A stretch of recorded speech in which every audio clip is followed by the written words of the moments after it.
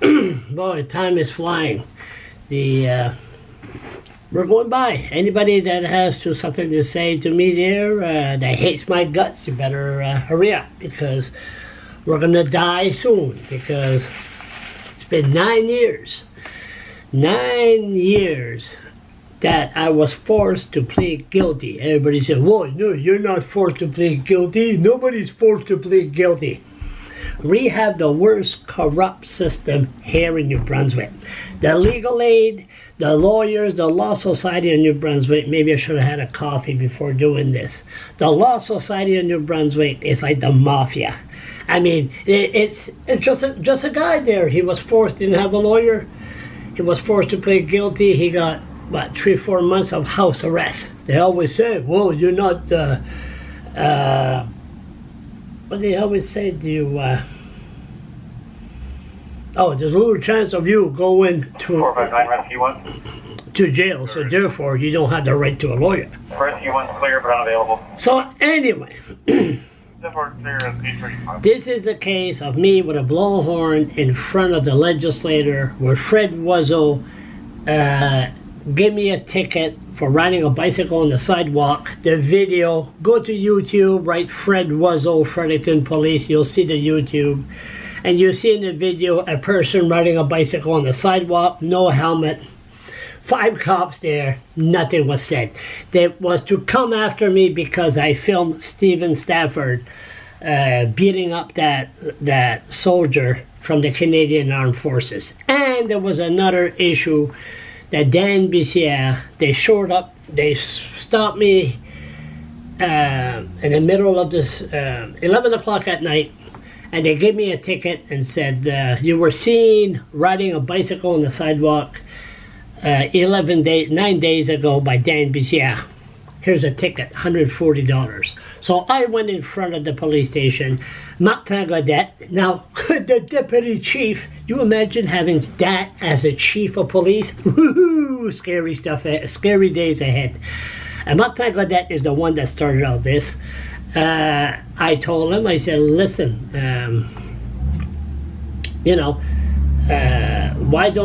what I did, they saw me third-party information, so they gave me a ticket on a third party. So what I did, I showed them a picture of the Speaker of the Legislature jaywalking.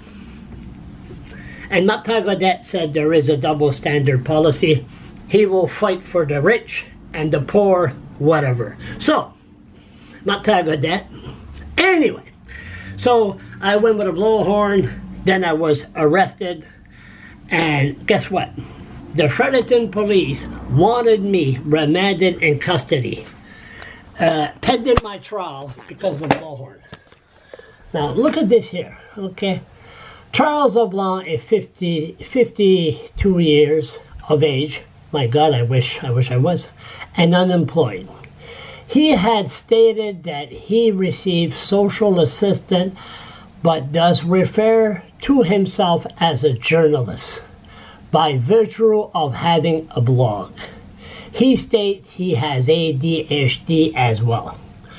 Mr. LeBlanc has one criminal conviction for assault in 1994. Yep. And I received a conditional, yeah, okay, there it is, and received a conditional discharge. Guy came after me, what can you do? Since 2004, the police force has had over 20 dealings with Mr. LeBlanc. As for his action towards members and staff of the New Brunswick Legislature, the New Brunswick Police Commission, and the New Brunswick Human Rights Commission, in addition to a tenant and landlord dispute and other suspicious behavior. Suspicious behavior. Look at that. Suspicious behavior. Okay, can you tell me more? Of course not. It was the preference of the Fredericton Police Force that Charles LeBlanc be released at the time of his arrest on a police undertaking, with the condition not to attend the police station unless of the case of a police emergency, in an effort to prevent the continuation of his offense. When he refused to comply that condition, he was brought before the court where he refused to enter into an undertaking with Judge Dixon. Truthfully, it is the opinion of Detective Clark that Mr. LeBlanc be held pending trial. As Mr. LeBlanc himself has stated, he will not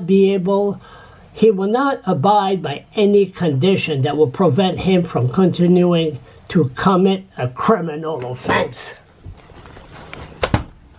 There it is. Criminal offense with a blowhorn.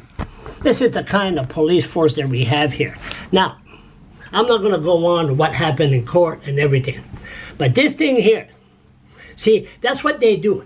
This thing here of saying that that I wouldn't, Judge Julian Dixon wanted me. That's what they wanted. They wanted me to sign a condition not to be in the 300 block of the city. Okay? City Hall, I told him, listen, I got to deal with City Hall. I explained to Dixon, I'm a blogger. Let me explain to you what a blogger is. Anyway, and then Dixon said, I want you to sign conditions not to be in the corner of King and Westmoreland. I told him, I said, I can't sign that because that's the only, I have to go across there to go across the Westmoreland Bridge. The bridge is the only way outside of the city, beside the Princess Margaret. He said, oh, you don't want to sign that? Boom! Put me in jail for 3 days. And they cut off my medication. So, they're all working together. The justice system, the police, and you have 20 dealing with Mr. LeBlanc. 20 dealing. The New Brunswick legislator, Dan Bissiere, was always calling, Charles LeBlanc is that the ledge. Charles LeBlanc is at the ledge. But everything that the New Brunswick Human Rights Commission, you go there and they call the police. So, New Brunswick Human Rights Commission, if you're gay, no problem.